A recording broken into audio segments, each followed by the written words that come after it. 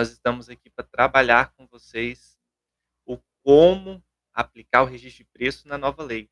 Por que esse tema? Pessoal, por que esse tema de como aplicar o registro de preço na nova lei? Pessoal que está no Instagram, a gente está no YouTube, pessoal do YouTube, a gente está no Instagram, fiquem à vontade para seguir aonde achar melhor. Nessa live a gente vai desmistificar isso, como aplicar o registro de preço dentro da nova lei de licitações. Por quê? Porque, diferente do que havia na 8666, ele faz uma série de previsões do que deve conter no processo, sobretudo no edital, é o que mais a gente vai falar, sobretudo no edital, do que a gente deve cumprir para que esse registro de preço seja legal. Sabendo que, por exemplo, a gente não cumprir isso pode acarretar em impugnações do nosso edital, em processos futuros em cima do nosso processo licitatório, sendo declarados como nulo, um processo que não teve cumprido todos os requisitos. Você já olhou isso? Você já sabe o que é que o artigo 82, sobretudo, exige de nós para o nosso registro de preço, para que a gente possa formalizar esse processo de registro de preço, para que a gente possa ter um processo de registro de preço plenamente legalizado na forma que a lei traz para nós? Pois bem, a gente vai tratar sobre isso nessa live. Eu quero falar com vocês hoje sobre isso. A gente vai pegar o artigo 82 e destrinchar. O que o artigo 82 fala logo de começo? Ele fala para nós que, num processo de registro de preço, ao aplicar o procedimento de registro de preço, nós deveremos, em nosso edital, fazer as seguintes previsões. E nisso, o artigo 82 vai trazer para nós 9 incisos e 6 parágrafos, trazendo para nós regras de aplicação desse edital do registro de preço, da, da forma como nós devemos elaborar isso. E é isso que eu quero tratar com vocês. Desde já eu quero dizer que qualquer pergunta, qualquer dúvida, vocês podem ir compartilhando com a gente. Eu estou de olho aqui nas mensagens também. Pessoal, primeiro ponto.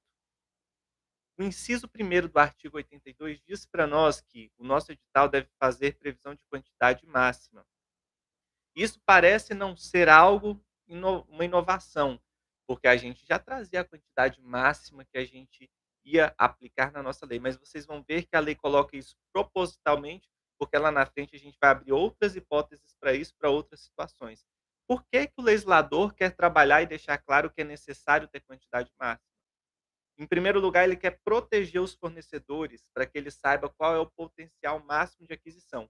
Quando ele faz aquela proposta naquele preço por aquele período que a ata está prevista ali inicialmente a existir, ele então coloca a quantidade máxima e ele sabe quanto que ele vai ter que fornecer ao longo daquele tempo. Ele faz a previsão, ele se prepara para que a sua proposta ela esteja ciente disso.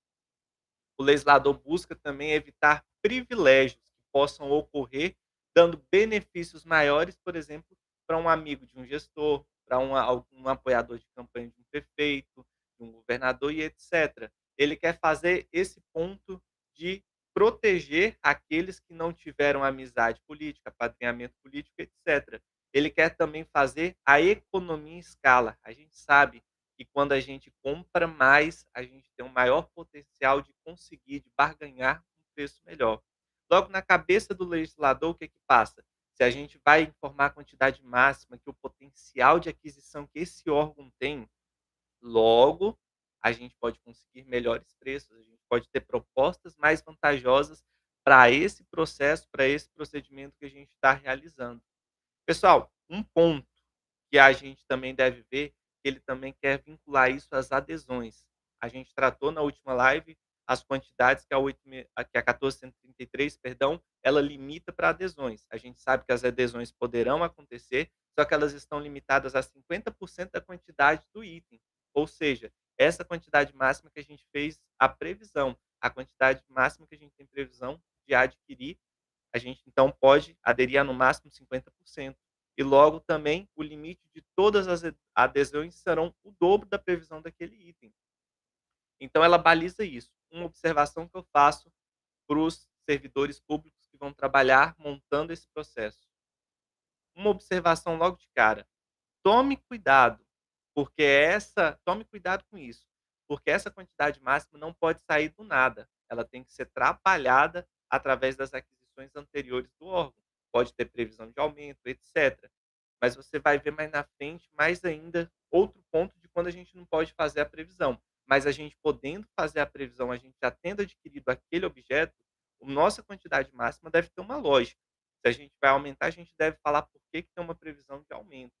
E aqui eu quero ir para o inciso 2, que é muito semelhante na questão da perspectiva do porquê ele está aqui com o inciso 1. Se no inciso 1 a gente tem que colocar a quantidade máxima a ser contratada, a ser cotada, no inciso 2 a gente também deve informar qual é a quantidade mínima que será adquirida pela administração.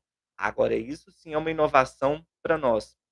Eu não me lembro dos decretos federais, etc., trazer tão claramente com essa regra. Logo, nós, municípios, Estado, União, nós servidores, etc., teremos que fazer essa previsão das quantidades mínimas a serem contadas e dar segurança. Veja que o legislador também está buscando aquela proteção do fornecedor.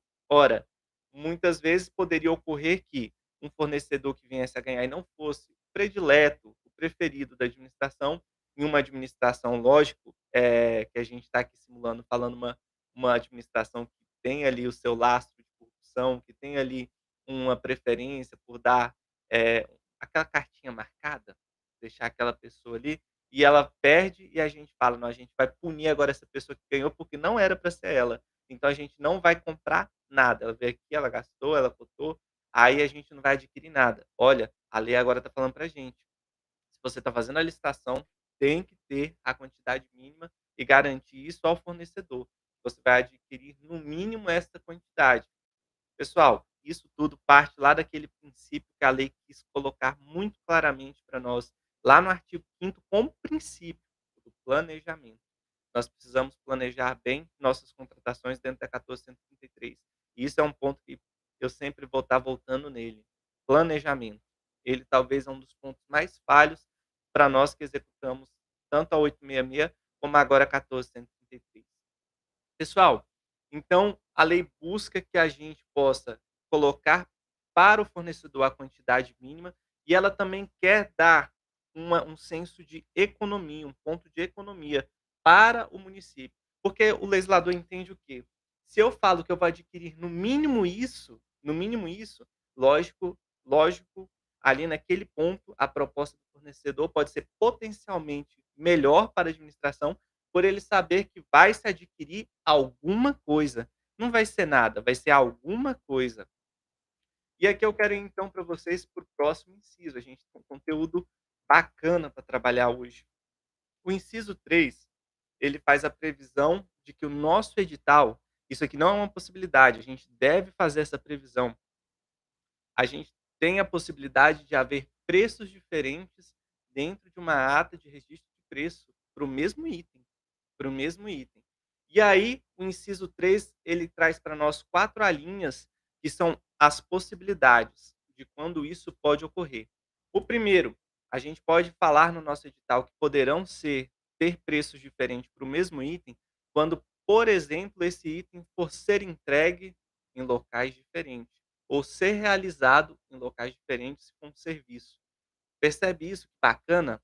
Que a lei agora nos coloca, a gente vai poder dar preços diferentes para o mesmo item, quando esse item foi entregue em locais diferentes. Por exemplo, para estados isso é muito funcional, uma vez que o estado pode ali fazer uma licitação, por exemplo, para diversos pontos de subsecretaria da Secretaria de Educação e etcétera, e aí ele faz uma só centralizada e prevê que a entrega lá no outro lado do estado vai ter um preço diferente, etcétera, conforme a realidade que a gente vai trazer para dentro dessa licitação. É uma possibilidade. Outra possibilidade, a forma de ar-condicionamento daquele item, forma e local aonde a gente vai ter que, armazenar e etcétera, por parte do fornecedor. Outra possibilidade, cotação variável do tamanho do lote. E isso eu vou falar no próximo inciso mais à frente, porque essa linha, se ela está ligada ali já ao próximo inciso, que é o quarto, que é quando o fornecedor tem a possibilidade de cotar uma quantidade menor do que a máxima que nós estimamos para aquela licitação. Ou seja, ele pode não querer fornecer toda aquela quantidade e vai ter mais de um fornecedor para o mesmo item. Um que vai ter a preferência, vai fornecer até aquela quantidade que ele cotou, e depois o próximo vai assumir, e ali pode ter um preço diferente entre os dois. E lógico, ele ainda deixa aberto para nós que pode haver outros motivos, e a gente deve justificar esse outro motivo que a gente vem a estabelecer dentro do nosso edital de licitação de registro de preço, que é o assunto que a gente está falando hoje, para que nós não esqueçamos disso. Então veja que bacana, a gente vai poder permitir que na ata de registro de preço tenha uma previsão para preço diferente, para quando o produto, o objeto for entregue em locais diferentes, para quando o acondicionamento desse produto houver maneiras diferentes ali, conforme o local, conforme a entrega, a forma for diferente. Quando houver cotação variável, quando alguém colocar uma quantidade menor do que a máxima que nós fizemos a previsão, e pode surgir outros motivos que a gente pode estar fazendo sem medo o uso do preço diferente dentro da ata de registro de preço. O inciso quarto, eu já comentei um pouco com vocês aqui, ele traz a possibilidade de que o fornecedor não cote totalmente a quantidade máxima, ele pode cotar uma quantidade inferior. Aí você pode me perguntar, por que que o legislador traz isso? Ele quer dar um benefício para as empresas de menor porte, para elas poderem entrar no jogo, para que elas que não têm talvez o potencial de fornecimento em larga escala, eles possam falar: "Olha, eu não posso fornecer 100 picapes dessa, mas eu posso fornecer 20 e o meu preço é tanto". E talvez essa proposta dele seja vantajosa para a administração, então ele vai fornecer 20 e o próximo vai fornecer as outras 80 e fecha 100. Isso é a possibilidade, o legislador pensou nessa possibilidade. É um mecanismo ali para a gente articular as nossas contratações dentro do registro de preço, sem perder a economia, sem perder boas propostas que podem surgir ao longo do processo. Então veja que fantástico que o legislador trouxe para nós essa possibilidade. E aí você, administrador público, o servidor público, perdão, pode pensar: "Vantagem? Cara, isso vai dar um trabalho, isso vai dar um trabalho". Amados, isso é verdade. Para nós vai dar mais trabalho. A gente vai ter que fazer um bom planejamento das aquisições, um bom planejamento, uma boa minuta de ata de preço, uma boa minuta de um edital, fazer as previsões, tentar fazer as previsões máximas ali que possam ocorrer para que a gente preveja punições, etc, para que a gente crie mecanismos de resolução ao longo disso. Porque essa possibilidade é muito bacana para os fornecedores. E para a administração pode ser bacana, desde que a gente consiga fazer um bom planejamento, desde que nós consigamos aplicar isso com um bom planejamento, de uma forma que o nosso planejamento alcance esse esse patamar de fazer as previsões necessárias. E após esse inciso 4, qual que é o próximo? A lei fala para nós agora no inciso 5º que a gente deve prever o critério de julgamento da licitação. E aqui eu já quero fazer uma observação para vocês. O critério de julgamento da licitação, a lei já estabeleceu para nós 2 critérios, a gente não vai poder muito fugir disso. É o menor preço e o maior desconto sobre tabela de preços. Então veja isso, a gente não vai poder aplicar o registro de preços, até aqui a lei dá a entender isso para nós, há licitações que têm um critério de julgamento como o de técnica, preço e técnica, somente técnica. Então, a gente vai ter que se limitar, o registro de preço, às licitações que sejam de menor preço ou que possam aplicados maior desconto sobre tabela de preço. Inclusive, quando a gente chega lá no parágrafo 1º, quando a gente já passou ali pelos 9 incisos, ele vai vir citar para nós que, complementando esse ponto, o menor preço, o maior desconto, ele deve ser ainda, preferencialmente, quase que obrigatoriamente aplicado a licitações por item. Isso porque o parágrafo 1º fala para nós que a exceção de usar para grupo, ou seja, para lote ou global de uma licitação de registro de preço, isso vai ter que ter uma justificativa demonstrando a inviabilidade de se aplicar por item e ainda a a vantagem técnica de se fazer por lote, por grupo de item, por lote, ou seja, global.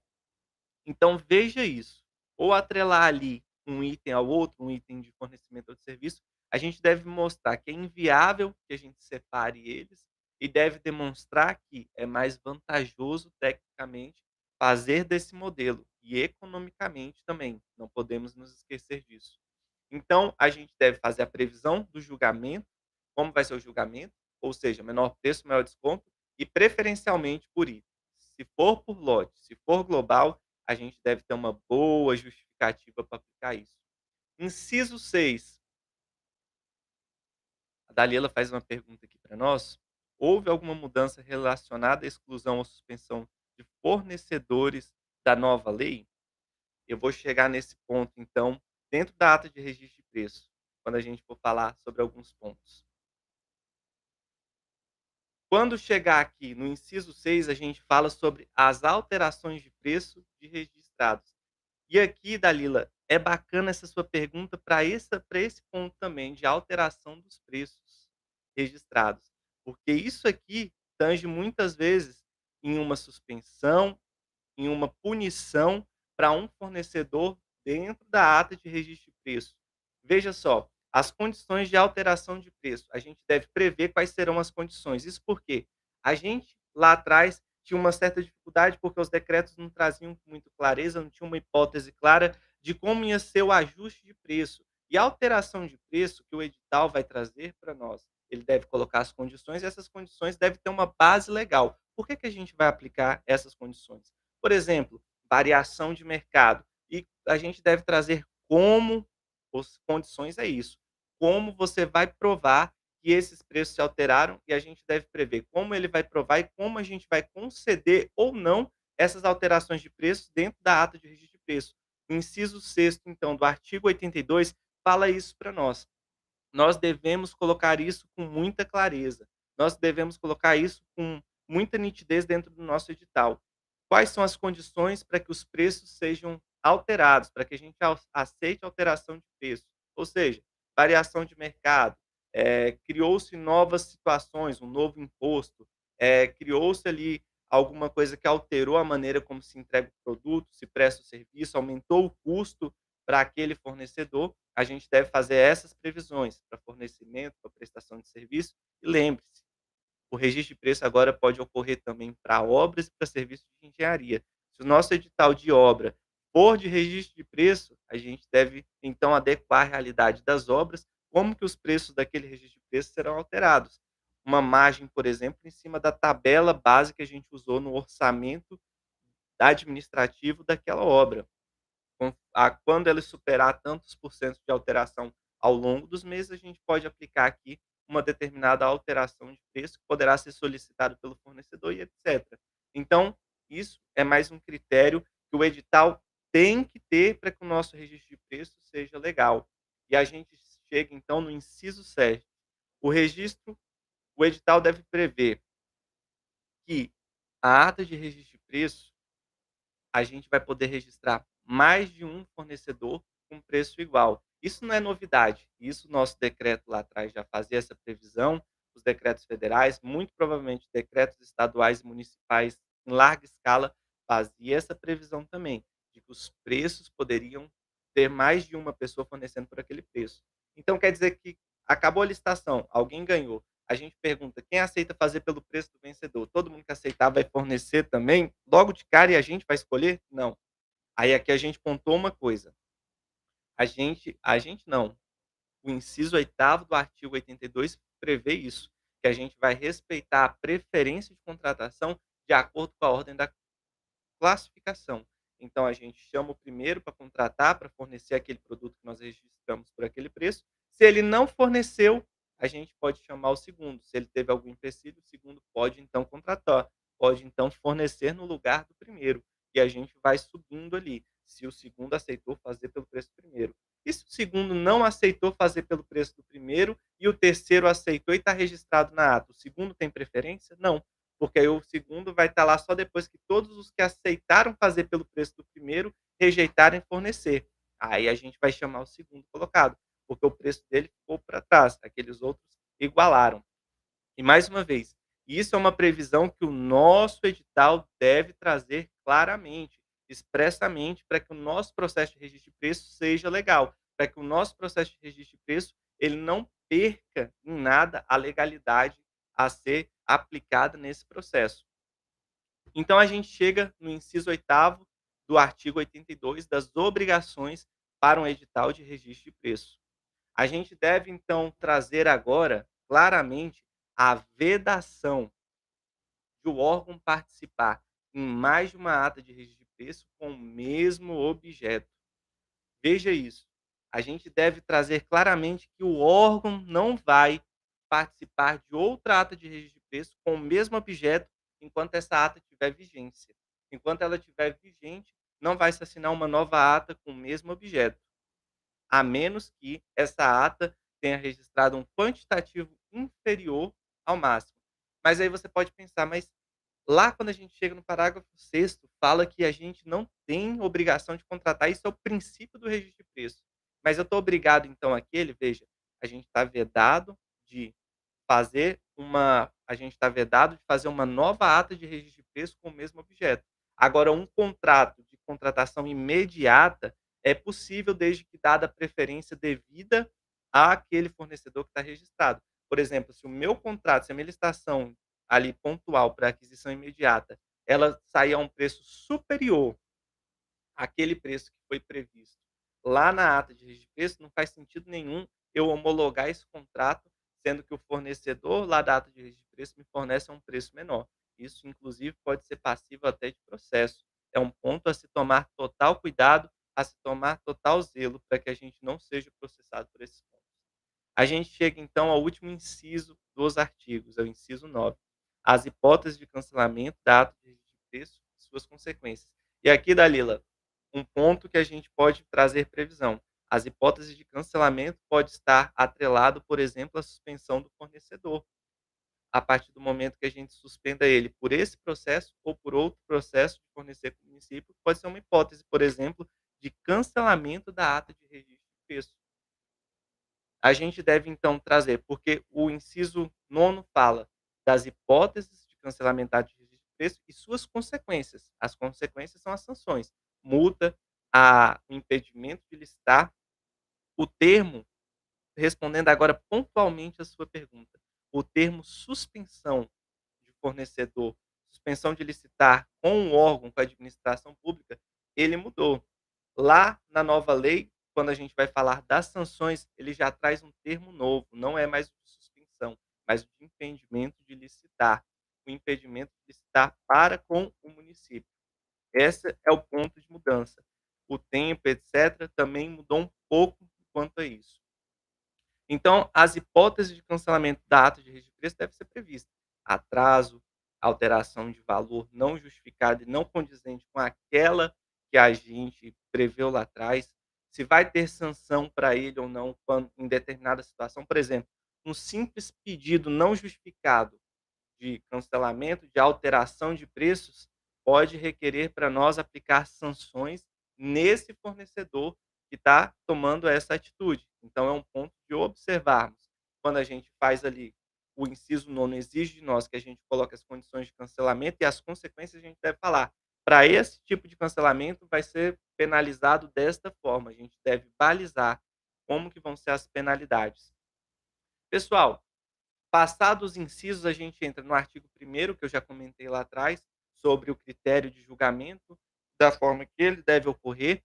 A gente continua, então, o parágrafo 2º fala que a gente deve, quando usar o critério de julgamento por grupo de itens, deve fazer sempre que for contratar uma pesquisa de preços para provar que aquele preço continua balizado com o mercado. A gente chega, então, no parágrafo 3º. Parágrafo 3º eu falava para vocês sobre a quantidade mínima e que lá na frente a gente veria uma lógica. Esse é o momento. O parágrafo 3º diz para nós que é permitido que nós façamos uma licitação de registro de preço sem a indicação do total a ser adquirido, ou seja, sem a quantidade expressa, desde que a gente coloque a unidade e os valores que serão atribuídos àquela unidade, os valores máximos a serem aceitos para aquele objeto. Mas em uma condição, quando a administração vai fazer a primeira licitação daquele objeto, ou quando ela não tiver registros das demandas anteriores. Então perceba, primeira vez que eu vou licitar determinado objeto, primeira vez que eu vou licitar combustível para avião, o município cresceu, o município adquiriu um avião para o prefeito, e é a primeira vez que eu vou licitar combustível para avião, vou licitar querosene para avião. Como que eu vou fazer essa estimativa se a gente nunca trabalhou antes, não sabe quantas viagens. É lógico, quanto se consome a gente vê tecnicamente, mas a gente não tem uma previsão de quantas viagens, o uso, claro, daquilo ali. A gente não tem uma estimativa baseada nos anos anteriores. Não há como fazer uma previsão da quantidade sem que ela seja um chute. Então, a nossa ata de registro de preço pode deixar em aberto essas quantidades, mas a gente não pode deixar ser um valor total previsto que a gente vai deixar disponível para aquele objeto. Então, pessoal, a gente nesse critério de primeira licitação, a gente pode usar uma licitação sem quantidades. A lei ainda fala que quando o alimento for perecível, a gente pode deixar aberto as quantidades totais que vão ser adquiridas. Ou quando houver a licitação de um serviço que é integrado ao fornecimento de um bem. Quando a gente adquire um objeto e tem, por exemplo, manutenções, quando tem algo ligado diretamente àquele objeto e aquele fornecedor vai prestar o serviço também, isso está previsto no nosso edital, é uma possibilidade de deixar aberto. O parágrafo 4º, então, vai trazer para nós isso que eu acabei de falar para vocês.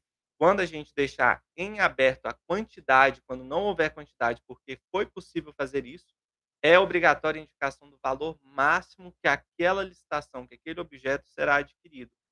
Pessoal, a gente chega então no parágrafo 5º, e o parágrafo 5º fala para nós que o sistema de registro de preço poderá ser usado seguindo as seguintes condições. E ele traz para nós 6 incisos que eu vou comentar aqui também brevemente com vocês.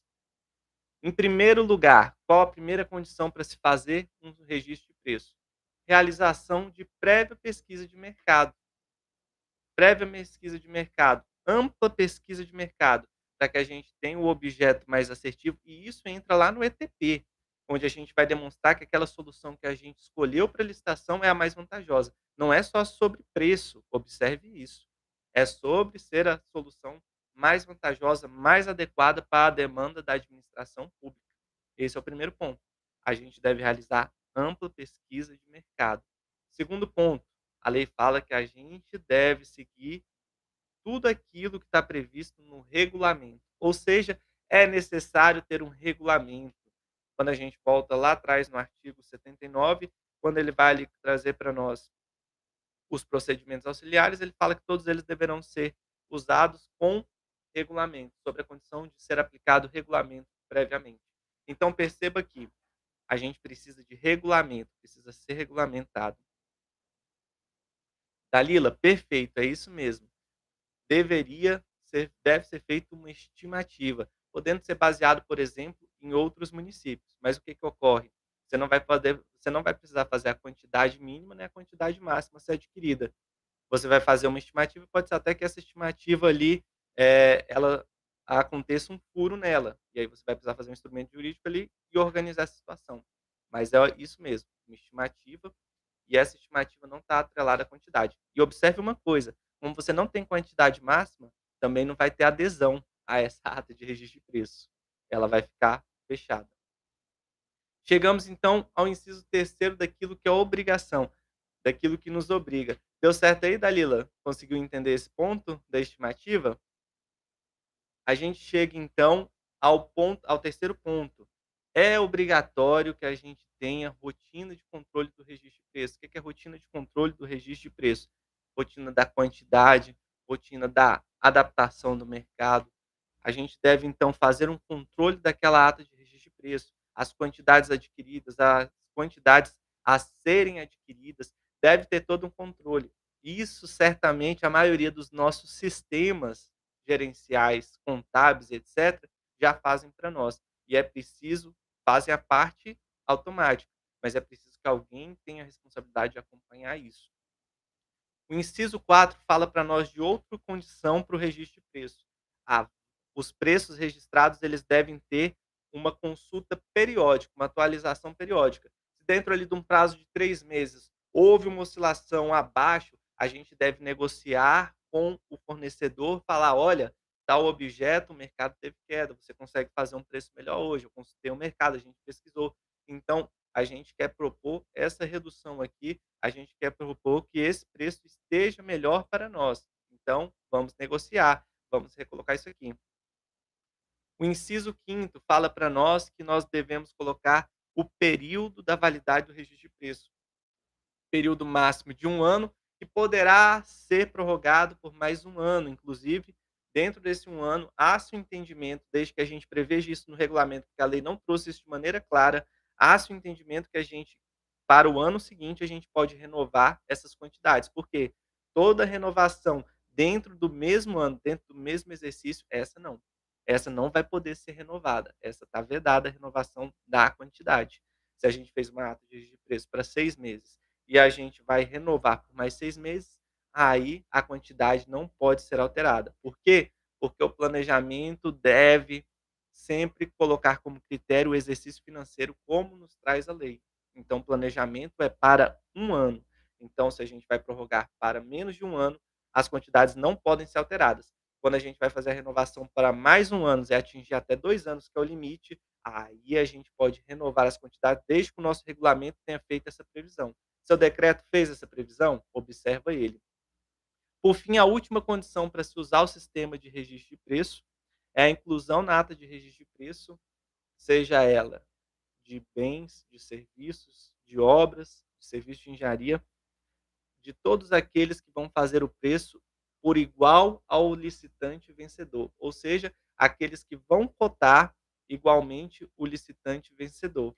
Perceba isso, que bacana, a gente deve fazer essa previsão de como vai ser que a gente vai registrar todos aqueles que cotam pelo mesmo preço do vencedor, para que eles possam posteriormente vir a mostrar, a fazer pelo mesmo preço do vencedor quando este deixar de fornecer. Perfeito? Pessoal, se alguém tiver alguma dúvida ainda para postar, aqui eu vou chegando ao final. A gente destrinchou esse artigo 82 muito bem, com todas as obrigações que a gente tem que realizar para que o sistema de registro de preço seja aplicado no nosso órgão. Tem coisa bacana, tem coisa nova, você pôde observar. A gente tem essas situações dentro da nova lei, então observe tudo isso quando você for aplicar o seu registro de preço aí no seu órgão, quando você for orientar, se você é do departamento de licitações, se você é do departamento de planejamento, já observa desde o termo de referência estas condições. Aqui fala que o edital tem que prever isso. Só que antes do edital, quem deve prever é o termo de referência. Porque não dá para o agente de contratação adivinhar todas essas condições. Tem que vir da equipe de planejamento, da equipe de planejamento apontando quais são essas condições, por exemplo, quantidade mínima, quantidade máxima e por aí vai. Se você gostou do conteúdo, essa live vai ficar salvada tanto aqui no Instagram quanto aqui no YouTube para vocês. Vocês vão poder acompanhar ela posteriormente, novamente, rever algum ponto. Se você tem alguma dúvida, não mandou aqui, eu vou abrir logo na sequência dessa live no Instagram uma caixinha de perguntas. Se quiser fazer a pergunta sobre tudo aquilo que nós tratamos nessa live, pode fazer, pode mandar, que posteriormente a gente grava um stories ou grava um reels e posta aí com a resposta. Do mais, quero agradecer a todos vocês que acompanharam. Espero e tenho certeza que agregou valor, agregou conhecimento aí para você sobre esses pontos que talvez você não tinha observado ainda sobre a aplicação do registro de preço dentro da nova lei. E na sexta-feira, meio-dia e meio, nós temos uma nova live, nós temos um novo encontro e eu aguardo vocês aqui conosco para que a gente possa continuar destrinchando e obtendo esse conhecimento. Obrigado, valeu, até a próxima.